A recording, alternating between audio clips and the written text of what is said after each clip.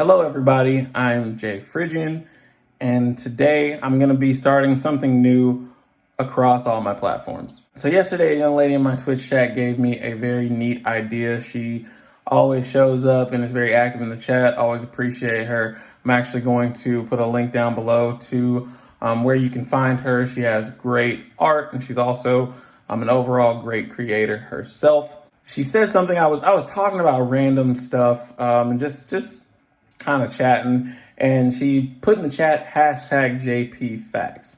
And it kind of just sparked the idea that that would be a good video series. So something I take a liking to is reading Uber Facts on Twitter. And I'm going to just start sharing my take with some of them with all of you. So here's to the first episode.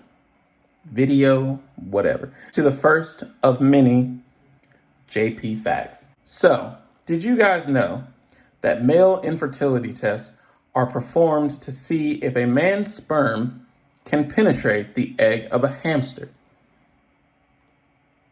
You absolutely heard that right. Penetrate the egg of a hamster. Now, I don't know what I thought they did to see if you were infertile. I obviously this is something that is definitely more common than people think, that people deal with. But what was the decision behind that? What was the thought process to pick a hamster specifically?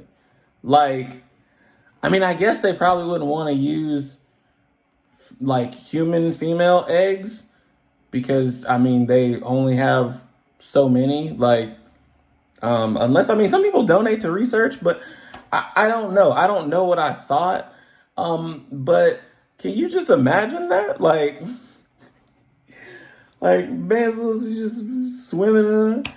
You gotta try to penetrate through to the hamster egg. The little hamster egg's this isn't normal. This isn't the normal thing that we're used to. I don't know. I want to know who created this. I want to know who created this method because I have so many questions. All I have are more questions with this. Normally a fact, gives you some clarity, gives you a sense of aha. But this, I just have more questions. What about y'all? Does this just make sense to you, or do you have more questions too?